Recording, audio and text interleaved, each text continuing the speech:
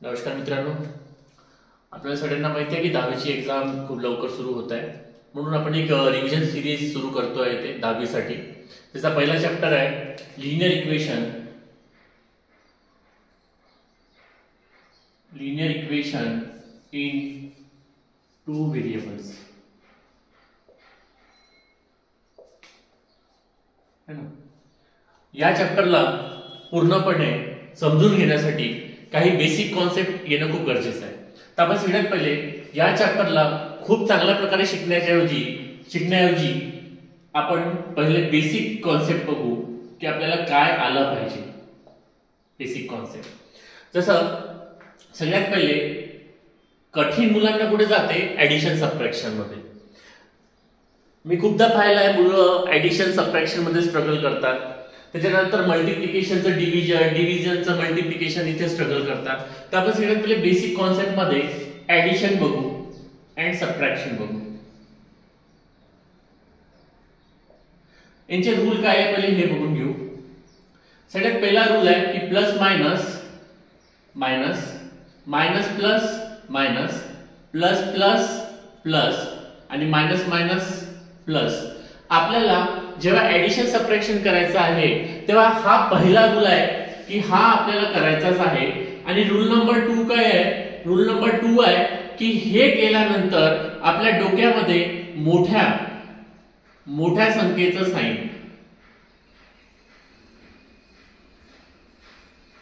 मोठ्या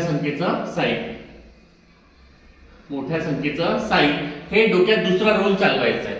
आता आपण एक्झाम्पल बघू. जसा इथे मी लिहितो -7 + 4. आता इथे मायनस आहे, कोणाचा आहे मायनस? हा 7 चा. आणि प्लस कोणाचा आहे? 4 चा. सगळ्यात पहिले आपल्याला हे समजलं पाहिजे की साइन कोणासोबत असतो. हा -7 सोबत आहे म्हणून -7 + 4. मायनस प्लस इथे बघायचं. मायनस प्लस काय होते? मायनस. Minus plus minus. आता नेहमी एक सवय ठेवायची, मोठ्या संख्येमधून छोटी संख्या मायनस करायची. 7 मधून 4 गेले 3. हा झाला तुमचा पहिला रूल की तुम्ही काय केलं? मायनस प्लस मायनस केलं. मायनस प्लस मायनस केलं तर मोठ्या संख्येमधून छोटी संख्या मायनस करून टाकली. आता या दोघांपैकी मोठी संख्या कोण आहे? 7. याच्यासोबत साइन कोणता आहे? मायनस. म्हणून इथे आन्सर मध्ये लागेल मायनस साइन. रूल 2 काय म्हणते आपला? रूल 2 म्हणते मोठ्या संख्येचं साइन द्यायचं. ठीक आहे. हा झाला पहिला क्वेश्चन. दुसरा क्वेश्चन अगर आपण बघतो म्हटलं तसे ते मी देतो -10 -7. आता इथे काय म्हणतो? मायनस मायनस प्लस करायचं. तर 10 + 7 किती होतो? 17 होतो. या दोन पैकी मोठी व्हॅल्यू कोणती आहे? 10. त्याच्यासोबत कोण आहे? मायनस. म्हणून इथे मायनस लागेल. हा रूल 2 तुम्हाला डोक्यात चालवायचा आहे. पहिला रूल साइन कन्व्हेन्शन, दुसरा रूल तुम्हाला साइन जो आहे तो मोठ्या संख्येचा साइन जो आहे डोक्यात चालवायचा. तिसरा आपण बघू 7 - 14. ओके. आता 7 च्या सोबत कोण आहे? 7 च्या सोबत प्लस आहे. 7 च्या सोबत मायनस नाहीये. पहिले हे समजून घ्या. 7 च्या सोबत प्लस आहे म्हणून हा +7 आहे, हा मायनस. प्लस मायनस काय होते? प्लस मायनस मायनस होते. तर मोठ्या संख्येमधून छोटी संख्या मायनस करायची. 14 मधून 7 गेले 7 उरले. या दोन पैकी मोठा कोण आहे? 14. 14 सोबत कोण आहे? मायनस. म्हणून उत्तर मध्ये येईल -7.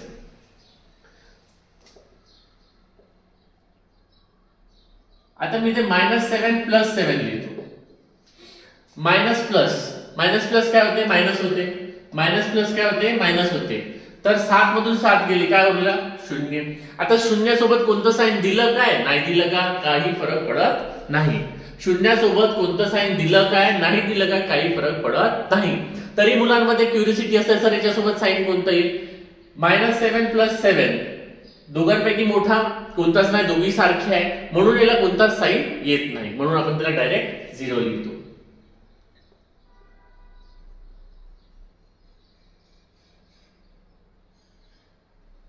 ठीक आहे.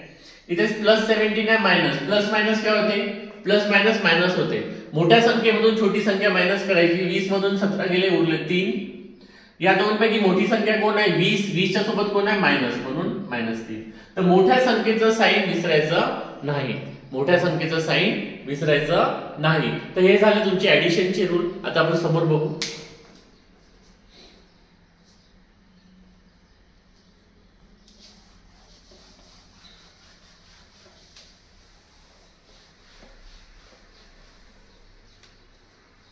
दुसरा टॉपिक आहे याच्यामध्ये मल्टिप्लिकेशन.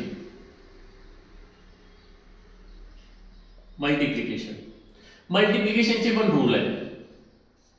जसं minus multiply by plus, minus plus multiply by minus, minus plus multiply by plus, plus आणि minus multiply by minus, minus. आता याच्यामध्ये एकच रूल चालते. मुलं काय करतात, सरांनी सांगितलं होतं की मायनस प्लस असेल तर मायनस करायचं, मग मोठ्या संख्येचं साइन बघायचं.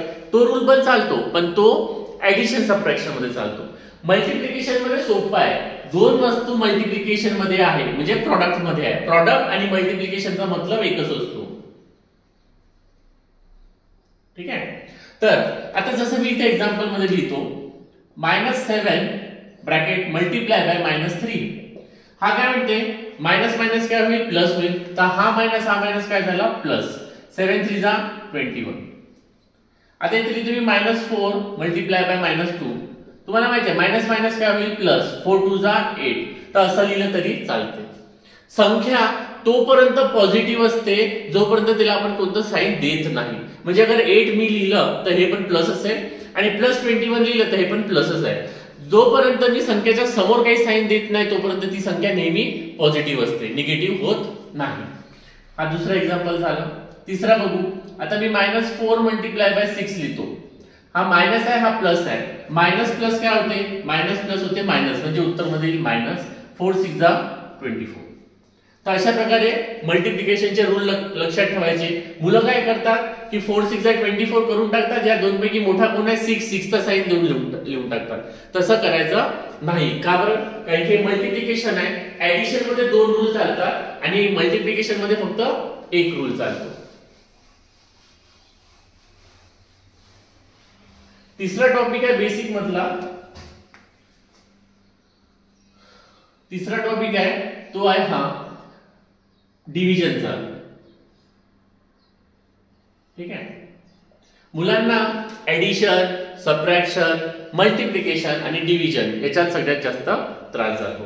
तर डिव्हिजनचा रूल कसा, जसा पहिला रूल जेव्हा आपण लिहितो 4 डिवायडेड बाय 3, याचा मतलब हा डिवायझर असतो, हा डिव्हिडंड असतो.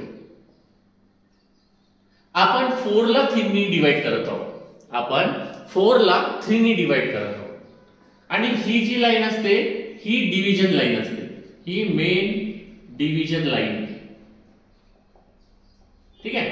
याच्यावर पूर्ण रूल आपला आधारित आहे. पहिला, ए डिवाइड बी डिवाइड सी. तुम्ही लक्ष द्या, जेव्हा मी मोठी लाईन काढतो तर समजून घ्या ती मेन डिव्हिजन लाईन आहे. म्हणजे ही काय आहे, मेन डिव्हिजन लाईन. ही काय आहे तुमची मेन डिव्हिजन लाईन है ना. म्हणजे ए ला कोण डिवाइड करत आहे, बी बाय सी.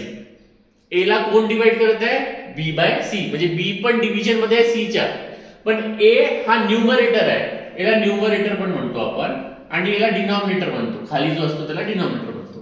तर ए ला कोण डिवाइड करत आहे, बी बाय सी. म्हणून या केस मध्ये हा सी वरती चालला जातो आणि हा ए च्या मल्टिप्लिकेशन मध्ये जातो. तर A multiplied by C divide by B. दुसरं उदाहरण बघू. आता मी ए डिवाइड बी आणि हा मेन डिव्हिजन लाईन सी आहे. म्हणजे आता वरती काय आहे, ए डिवाइड बी आणि ह्या दोघांना कोण डिवाइड करत आहे, सी डिवाइड करत आहे. म्हणून हा बी खाली येऊन जाईल. म्हणजे A divide by B multiply by C. म्हणून हा बी काय येईल, खाली येऊन जाईल. म्हणजे A divide by B multiply C. आता मी इथे लिहितो ए बाय बी आणि सी बाय डी. तर या केस मध्ये बी खाली येतो तुम्हाला माहिती आहे आणि या केस मध्ये डी वरती चालला जाईल. म्हणजे ए च्या सोबत डी चालला जाईल आणि बी च्या सोबत सी येऊन जाईल. काय होईल, आपण हा रूल लावला ना, बी खाली येतो तर बी खाली आला आणि या रूल नुसार सी वरती जातो तर या रूल नुसार डी वरती गेला. आता हे 3 रूल आहे. याच्यानुसार आपण काही एक्झाम्पल बघू.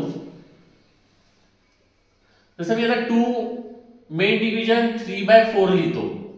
तर हा 4 वरती चालला जाईल पहिले. तर 2 मल्टिप्लाय बाय 4 डिवायडेड बाय 3. 2 4 जा 8 डिवायडेड बाय 3. तो उत्तर झालं 8/3. दुसरं एक्झाम्पल बघू. 1 डिवायडेड बाय 4/3. तर 1 ला कोण डिवाइड करत आहे, 4/3 डिवाइड करत आहे. म्हणून हा 3 वरती चालला जाईल 1 च्या सोबत आणि डिवाइड बाय 4. तर 1 मल्टिप्लाय बाय 3 3 होते आणि 3/4. अशा प्रकारे डिव्हिजनचा रूल असतो. तिसरा बघू आपण. जसा त्याचा मी लिहितो 2/3 डिवायडेड बाय 5 है ना. तर 2/3 कोणाला डिवाइड होत आहे 5 म्हणजे कोणता रूल लागायचा आपला a/b डिवाइड बाय c. तर या केस मध्ये हा 3 खाली येऊन जाईल म्हणजे 2/3 into 5 होऊन जाईल. तर हा 2 असाच राहिला. 3 5 जा 15. चौथा रूल बघू आपण. 3 डिवायडेड बाय 4 डिवायडेड बाय 2. तर या केस मध्ये हा 4 खाली येऊन जाईल म्हणजे 3/4 into 2 होऊन जाईल आणि 3 4 2 जा 8 होऊन जाईल म्हणजे 3/8. मला माहिती आहे काय मुलांना हे खूपच बेसिक वाटत असेल, तर मला रिक्वेस्ट त्याच मुलांशी आहे की ज्यांना ह्याची गरज आहे त्यांनीच हे बघावं. ज्यांचे बेसिक खूप क्लिअर आहे त्यांना आपला अभ्यास करत राहावं. तर हे आपण बघू. पाचवा रूल आपण बघू. जसं आता मी 2 डिवाइड बाय 3 4 डिवाइड बाय 5 लिहिलं, तर या केस मध्ये 3 खाली येईल आणि 5 वरती जाईल. तर 2 मल्टिप्लाय बाय 5 आणि 3 मल्टिप्लाय बाय 4. आता याचं मल्टिप्लिकेशन नाही करायचं. का बरं नाही करायचं? तुम्हाला माहिती आहे 2 1 जा 2 होईल, इथे 2 2 जा 4 होईल. म्हणून हे कापल्या जाऊ शकतो, म्हणून आपण मल्टिप्लिकेशन केलं नाही. तर 1 मल्टिप्लाय बाय 5 5 आणि 3 2 जा 6 म्हणजे उत्तर झालं 5/6. आपण अशा प्रकारे अजून एक एक्झाम्पल घेऊ. जसं आता मी दिलं 4/5 डिवायडेड बाय 2/3. तर 5 खाली येईल 3 वरती जाईल. परत 2 1 जा 2 2 2 जा 4 2 3 जा 6 आणि हा झाला 5. तर हे झाले डिव्हिजनचे रूल.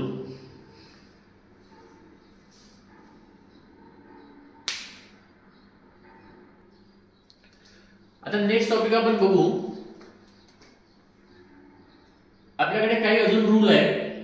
जसं a डिवाइड b असेल प्लस c डिवाइड b असेल, तर आपल्याला नेहमी लक्षात ठेवायचं आहे की अगर दोन डिनॉमिनेटर सारखे असतील तर न्यूमरेटरचं डायरेक्ट ऍडिशन होतो. न्यूमरेटरचं काय होतं? डायरेक्ट ऍडिशन होतं. त्याच प्रकारे a/b असेल आणि -c/b असेल, त्या केस मध्ये पण न्यूमरेटरचं सबट्रॅक्शन होईल. ऍडिशन असेल तर ऍडिशन होईल, सबट्रॅक्शन असेल तर सबट्रॅक्शन होईल. आता याचा अगर आपण एक्झाम्पल बघतो म्हटलं, मी इथे लिहिलं 2/7 -4/7. तर आपण काय क्रॉस नाही करायचं. मुलं काय करतात? हा क्रॉस मल्टिप्लिकेशन करायचा प्रयत्न करतात. क्रॉस मल्टिप्लिकेशन केल्याने प्रॉब्लेम मोठा बनतो, नंबर्स मोठे येतात. म्हणून सोपा रूल आहे की डिनॉमिनेटर अगर सेम असेल तर न्यूमरेटरची ऍडिशन किंवा सबट्रॅक्शन करा. तर न्यूमरेटर मध्ये काय आहे? 2 - 4 आहे आणि डिवाइड मध्ये 7 एकदाच लिहायचं आहे. 2 - 4 प्लस मायनस मायनस 4 मधून 2 गेले 2. मोठी संख्या 4 4च्या सोबत कोण आहे? मायनस, म्हणून -2/7 -2/7. दुसरं उदाहरण बघू. इथे मी 3/4 लिहितोय आणि +7/4 लिहितोय.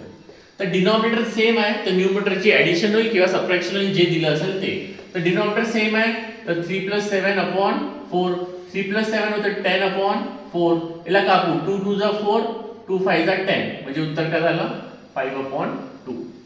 तर अशा प्रकारे आपण याला क्रॉस मल्टिप्लिकेशन न करता डायरेक्ट उत्तर काढू शकतो. काही मुलांमध्ये एक प्रश्न असेल, सर क्रॉस मल्टिप्लिकेशन केल्याने उत्तर बदलू शकते का? नाही, आपण ते पण बघून घेऊ. जसं आता हा क्वेश्चन लिहिला त्याला आपण क्रॉस मल्टिप्लिकेशन करू. हा 4 इकडे जाईल तर 3 × 4 + 7 × 4 आणि होल डिवाइड बाय या दोघांचं मल्टिप्लिकेशन. 3 4 जा 12 7 4 जा 28 आणि 4 4 जा 16. 28 आणि 12 40 भागिला 16. 4चा भाग जातो 4 आणि 4 × 16 10/4. परत 2चा भाग जातो 2 2 जा 4 2 5 जा 10. तो उत्तर आलं तुमचं 5/2. उत्तर सारखंच आलं, बघून घ्या. 5/2 5/2.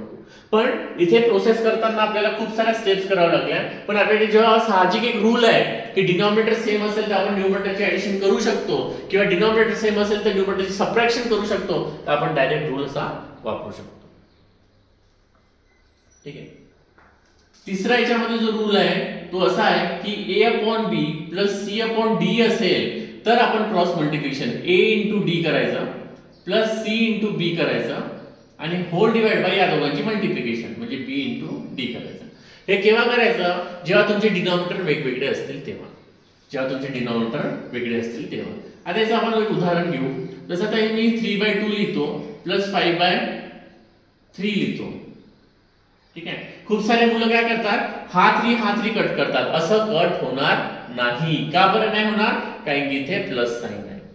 या फ्रॅक्शन मध्ये आणि या फ्रॅक्शन मध्ये प्लस साइन असल्यामुळे हे दोघं कट होणार नाही. म्हणून हे लक्ष द्यायचं. मुलं खूप घाईत असतात, फटाफट 3 कॅन्सल करून टाकतात, 5/2 आन्सर लिहितात. नाही, हा इकडे क्रॉस होईल म्हणजे 3 च्या मल्टिप्लिकेशन 3 ला, 5 च्या मल्टिप्लिकेशन 2 सोबत आणि होल डिवाइड बाय या दोघांचं मल्टिप्लिकेशन. 3 3 जा 9, 5 2 जा 10 अपॉन 2 3 जा 6 म्हणजे 19/6 हे उत्तर आहे. तर तुम्ही नोट डाउन करून घ्या.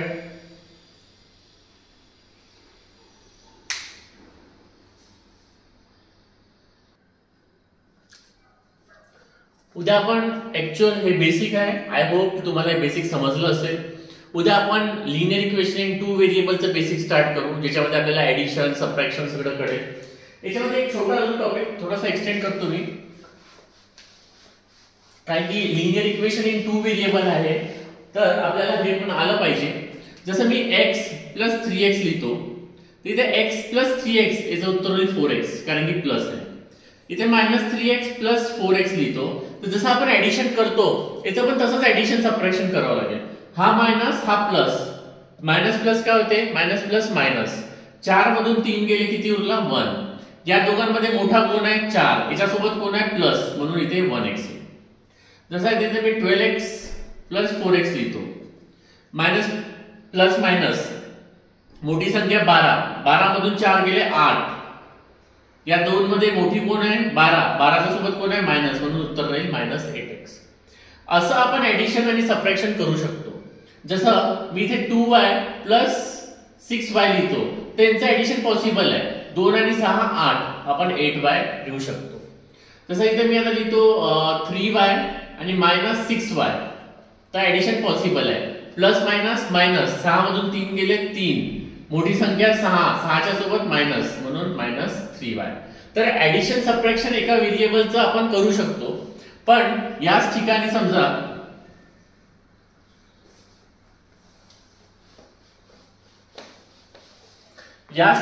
कोणी तुम्हाला असं दिलं x + x², तर मुलं काय करतात 2x लिहून टाकतात, या 2x² लिहून टाकतात.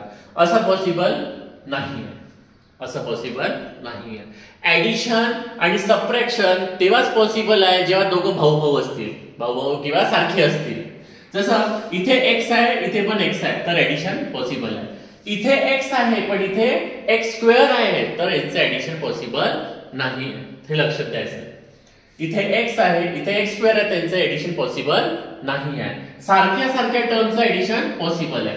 जसं जर मी इथे लिहितो 6a आणि इथे लिहितो +4a, तर यांचं पॉसिबल आहे. इथे पण a आहे, इथे पण a आहे, तर 6 + 4 किती होईल 10a होईल.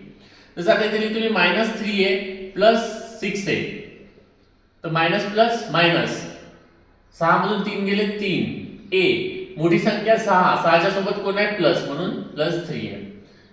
-3a + 6b याचं पण ऍडिशन पॉसिबल नाही आहे, कारण की दोन्ही व्हेरिएबल काय आहे वेगवेगळे आहेत. ठीक आहे. बाकी आपण ऍक्च्युअल टॉपिक उद्यापासून सुरू करू. ही रिव्हिजन सिरीज आहे 10वीच्या मुलांसाठी. तर ज्यांना पण बेसिक पासून अगर शिकायचं आहे, बेसिक पासून रिव्हिजन करून घ्यायची आहे, तर त्यांनी चॅनलला सबस्क्राईब करा, लाईक करा आणि जितके आपले मित्र असतील त्यांना तुम्ही पाठवू शकता. थँक्यू.